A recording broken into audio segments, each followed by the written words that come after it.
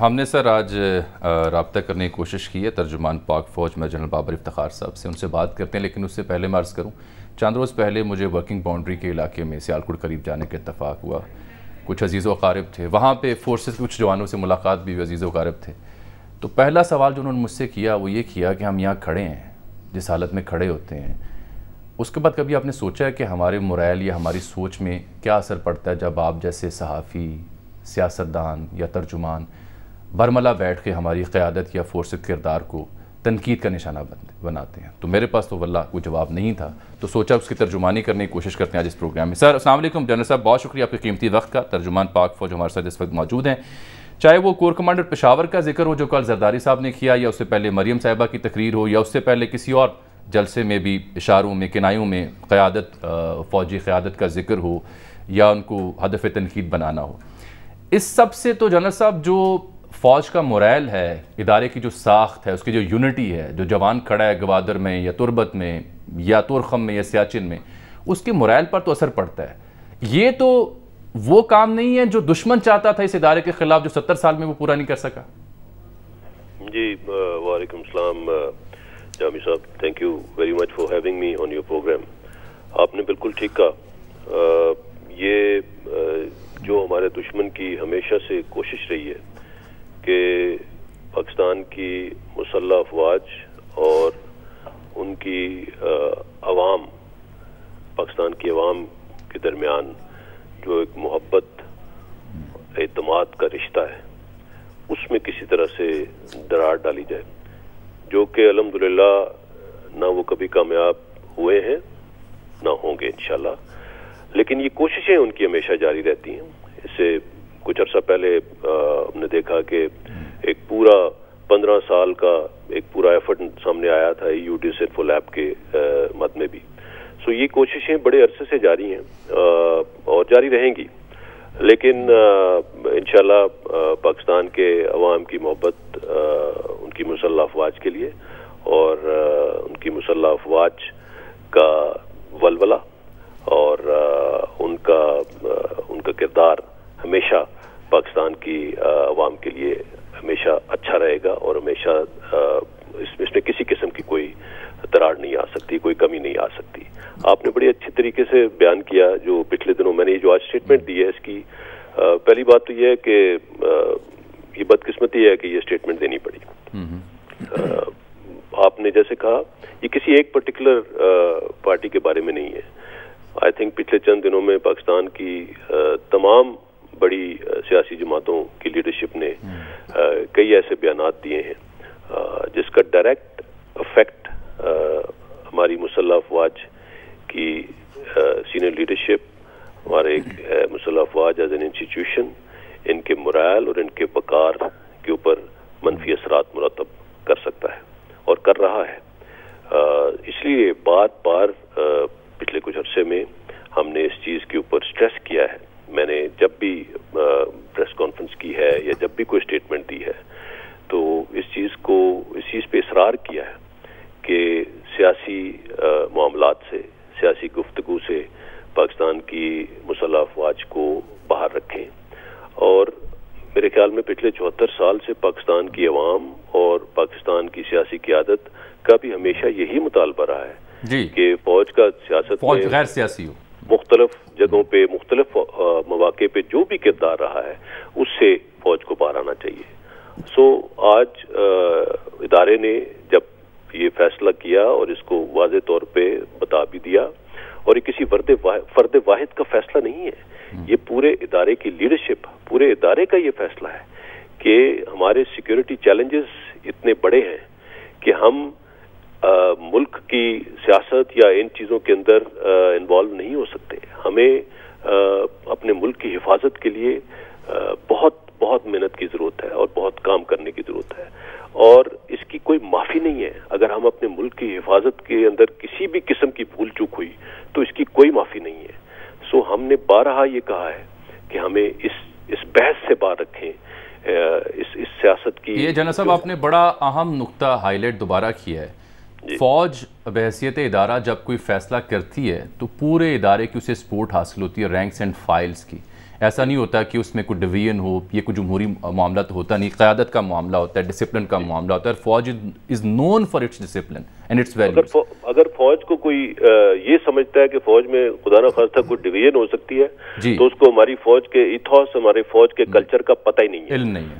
پاکستان کی فوج میں ایک لڑی میں پروئی ہوئی ہے. اس میں انشاءاللہ اس کی لیڈرشپ میں ہمارے تمام آفیسرز, ہمارے جوان جن آپریشنز میں انوالوڈ ہیں, اپنی جانیں ہتھیلی پہ رکھ کے پھر رہے ہیں اور اپنے کمانڈرز کی طرف دیکھتے ہیں, اور تمام کمانڈرز, تمام لیڈرشپ پاکستان افواج کی, پاکستان کی چیف آف آرمی اسٹاف کی طرف دیکھتی ہے.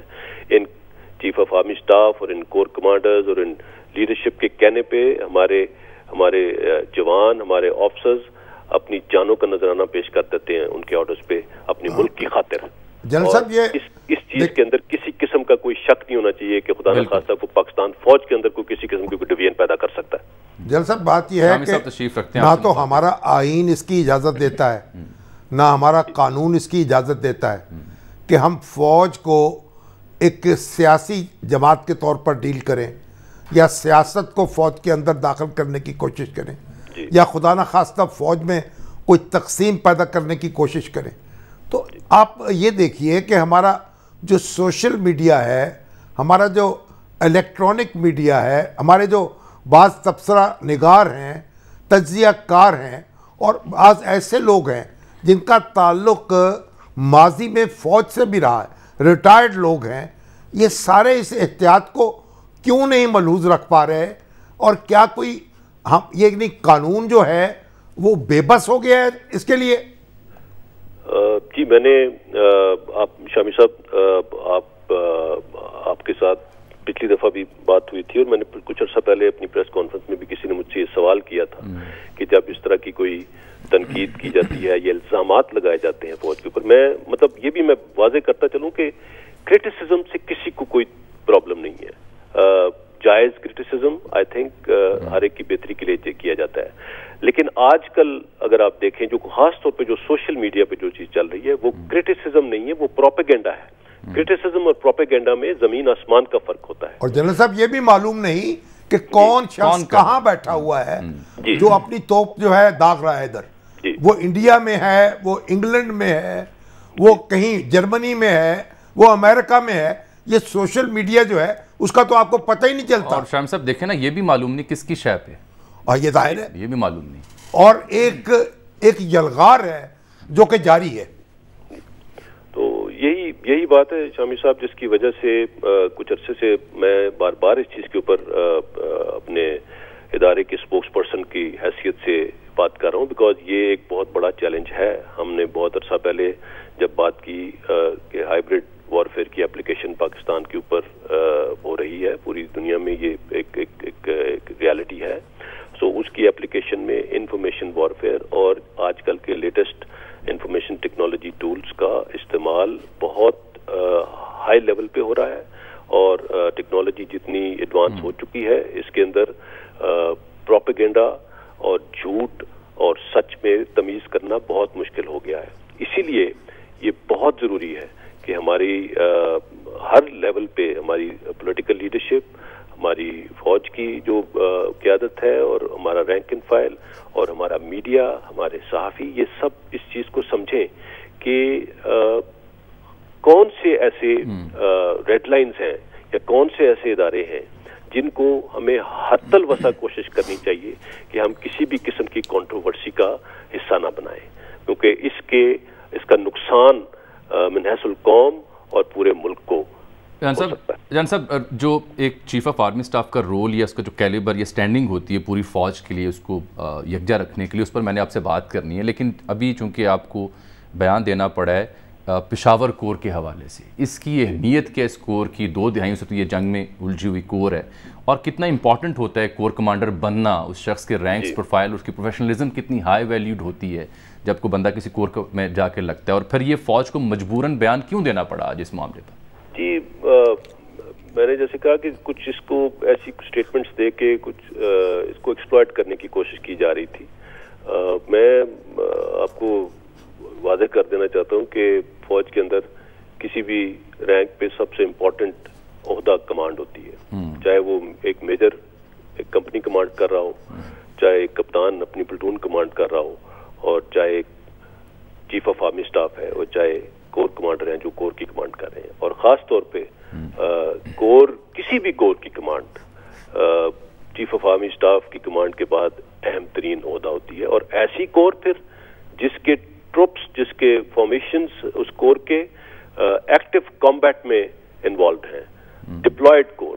سو ہماری تو اس وقت 70% فوج ہی ڈپلائڈ ہے. ہمارے کنٹونمنٹس میں تو ابھی جو یونٹس ہیں ان کی تعداد ہی بہت کم ہے. ہم ایسٹرن بارڈر پہ ہماری پوری ڈپلائمنٹ ہے, لائن آف کنٹرول کے اوپر سیاچن تک آپ چلے جائیں. ہمارا western border, Pak Afghan border لے لیں اور پاک ایران بارڈر لے لیں, سب پہ ایکٹیو ڈپلائمنٹ ہے اس وقت.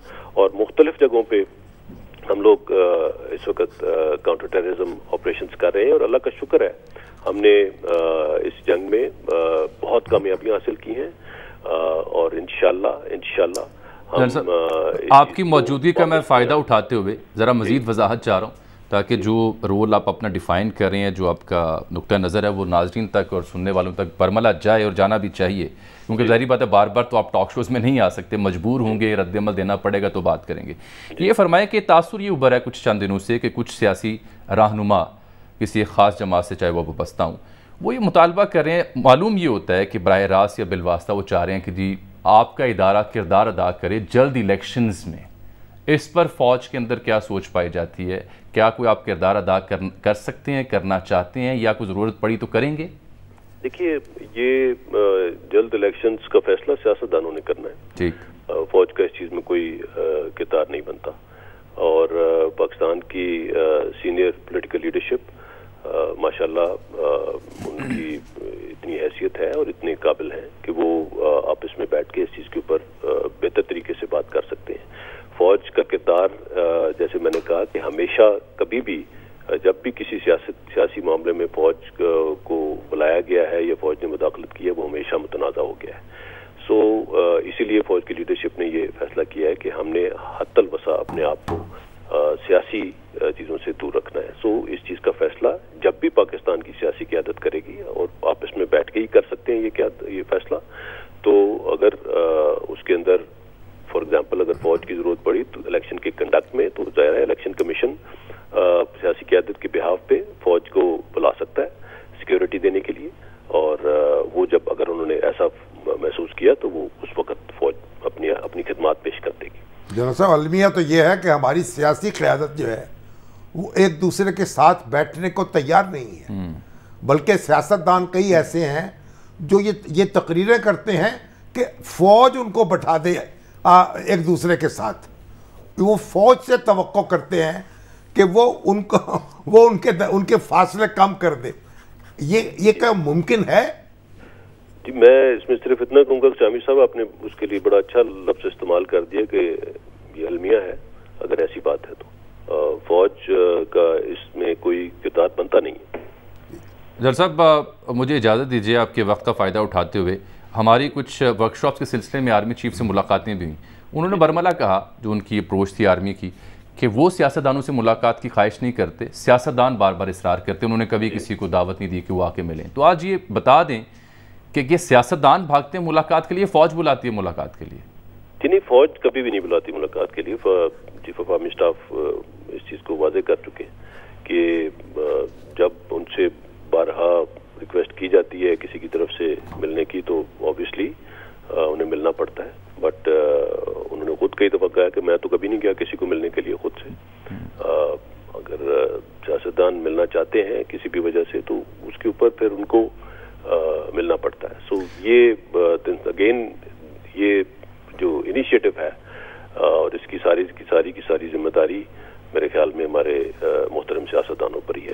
میں نے آپ سے رول آف کمانڈ اور بالخصوص آرمی چیف کا جو عہدہ ہوتا ہے یا ان کی جو سٹینڈنگ ہوتی ہے فوج میں, اس پہ ایک آخری سوال کرنا ہے. لیکن اس سے پہلے یہ دیکھیے, جب ہماری قومی قیادت جیسے شیری مزاری صاحبہ کا میں نام لے لیا, تو انہوں نے ایک ٹویٹ کیا ہوا ہے DGISI کے متوقع یا پلانڈ دورہ امریکہ کے حوالے سے. کچھ ابہام اور اس میں کچھ اعتراض اٹھا رہی ہیں وہ. اس بارے میں کچھ بتانا چاہیں گے؟ کیا DGISI واقعی جا رہے ہیں امریکہ؟ دیکھیے, فرینکلی میں DGISI کی موومنٹ اور ان کے جو دورے ہوتے ہیں وہ اس طرح کے ان کو ओपन नहीं रखा जाता। मुझे तो खास तौर पे उस बारे में कोई भी इतला नहीं। और अगर DGI कहीं पे भी जाते हैं या किसी भी मुल्क का इंटेलिजेंस चीफ पाकिस्तान में आता है तो ये इंटेलिजेंस लेवल पे ये इस तरह के दौरे और इस तरह की मुलाकातें बैकग्राउंड में चलती रहती हैं, क्योंकि जिस तरह के सिक्योरिटी चैलेंजेस हमारे रीजन में चल रहे हैं और उनका ताल्लुक बिलवास्ता या डायरेक्टली हमारे रीजन के साथ बनता है, उन तमाम ममालिक के इंटेलिजेंस चीफ के साथ हमारे इंटेलिजेंस एजेंसीज की मुलाकातें बिल्कुल रहती हैं और ये आपस में इंटेलिजेंस शेयरिंग भी होती है। आप ये बताइएगा, किसी किस्म का इबाहम पैदा करने की कोई जरूरत नहीं है, किसी जरूरत नहीं। क्यों इस चीज को एक इशू बनाया जाए डिस्कशन का, मुझे नहीं समझ आती कि why should we even be talking about this thing. बिल्कुल ठीक, राइटली सेड। आप आइए उस नुक्ते की तरफ जिसकी वजह से मैंने आपसे ये वक्त आज लिया है सर, हमने कोशिश करके, वो ये है कि वो उस जवान पर क्या बीतती है जब आपकी कोर कमांडर या आर्मी चीफ को बार बार मौजूए बहस सियासी या तज्जियाती तौर पर बनाया जाता है। उसके लिए चेन ऑफ कमांड कितनी ज़रूरी है, क्योंकि कमांड के येस तो येस है, कमांड के इस तरफ जाना है तो उस तरफ जवान जाता है, वो ऑर्डर पर जान कुर्बान करने को तैयार हो जाता है। इस सिचुएशन में बिलखुसूस मैंने जिक्र भी किया अपने एक ज़ाती वाक़े का, वर्किंग बाउंड्री पे मेरे कुछ सोल्जर से मुलाकात हुई and they asked me few questions and I was answerless. जी जामी साहब, देखिए हमारे जवान, हमारे ऑफिसर्स, यंग ऑफिसर्स, ये कोई बिल्कुल कट के तो नहीं बैठे हुए ना अपने अजीज़ो अकारब से और अपनी सोसाइटी से। जब इस तरह की कोई बातचीत और इस तरह की अफवाहें और गलत किस्म की बातचीत इदारे के बारे में होती है तो ये उन तक भी पहुंचती है, चाहे वो सोशल मीडिया के थ्रू हो, चाहे वो रेडियो सुनते हुए हो, चाहे वो टेलीविजन के ऊपर हो।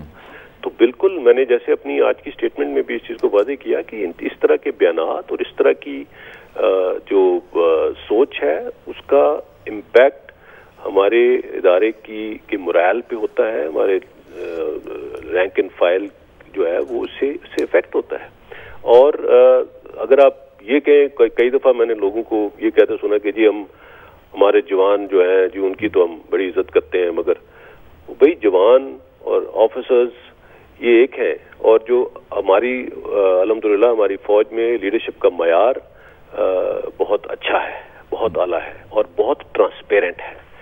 सो हमारे जवान को, हमारे यंग ऑफिसर को अल्हम्दुलिल्लाह बिल्कुल इस चीज़ का यकीन है कि उसके ऊपर जो भी लीडर बैठा हुआ है, जो भी कमांडर है, वो उसके साथ खड़ा है। हमारी फौज की ने जो जंग लड़ी है इसमें सबसे ज्यादा हमारा ऑफिसर टू सोल्जर शहादत का रेशो है। इसका एक ही कंक्लूजन बनता है कि हमारे ऑफिसर्स लीड करते हैं फ्रंट से, चाहे वो यंग ऑफिसर्स हैं, चाहे वो हमारे मेजर हैं, चाहे वो कर्नल हैं, चाहे वो ब्रिगेडियर हैं, चाहे हर रैंक में हमारी शहादतें हैं, बल्कि जर्नैल तक। जी मैं ये कह रहा हूँ, हर रैंक में हमारी शहादत है। सो इस तरह ये बात करना कि जी कोई लीडरशिप को आप टारगेट कर देंगे और नीचे किसी को कोई इफेक्ट नहीं होगा, ये बिल्कुल ये गलत सोच है। मैंने जैसे कहा कि जो ये समझता है उसको पाकिस्तान फौज के कल्चर और पाकिस्तान फौज के इथॉस का पता ही नहीं है, उसको अंदाजा ही नहीं है कि फौज काम कैसे करती है।